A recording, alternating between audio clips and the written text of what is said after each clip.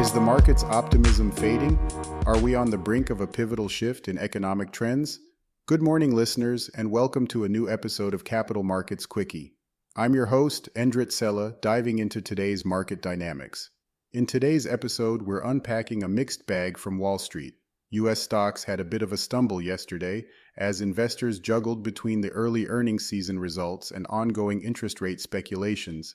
Starting with the big picture, the Dow Jones Industrial Average took a notable dip, dropping around 230 points.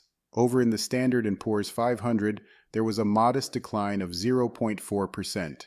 The Nasdaq, despite flirting with gains thanks to some movement in the chip sector, ultimately closed slightly in the red.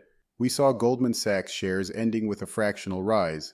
Despite a 51% jump in fourth quarter earnings, their full-year income for 2023 took a 24% hit. It's a sign of the times, with deal-making seeing a slowdown across the industry. On the flip side, Morgan Stanley didn't fare as well.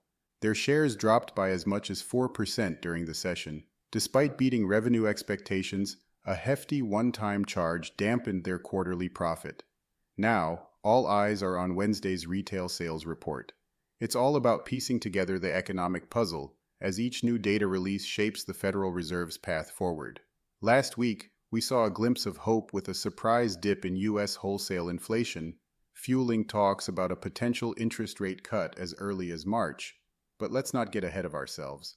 Fed Governor Chris Waller, in his remarks yesterday, hinted that rate cuts could be on the table this year.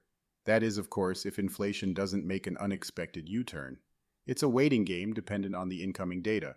So that's all for today, folks. Make sure to join me back early tomorrow morning with a brand new episode. Have a great day, y'all.